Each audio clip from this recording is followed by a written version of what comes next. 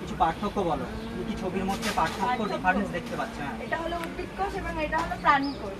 উদ্ভিদ কোষের কোষ প্রাচীর থাকে কিন্তু প্রাণী কোষের কোষ প্রাচীর থাকে না, এবং উদ্ভিদ কোষে প্লাস্টিক থাকে কিন্তু প্রাণী কোষে প্লাস্টিক থাকে না, এবং উদ্ভিদ কোষের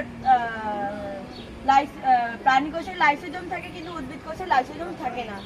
আর উদ্ভিদ কোষের ভ্যাকুয়ালটা বড় হয় কিন্তু প্রাণী কোষের ভ্যাকুয়ালটা সাইজে ছোট। Very good. শালিনী বলো, এককোষী জীব এবং বহুকোষী জীবের মধ্যে পার্থক্য কি? এককোষী জীব হলো যে সমস্ত প্রাণীদের দেহ একটি মাত্র কোষ দিয়ে গঠিত, তাদেরকে এককোষী জীব বলা হয়, যেমন অ্যামিবা, ক্লামাইডোমোনাস, ইস্ট।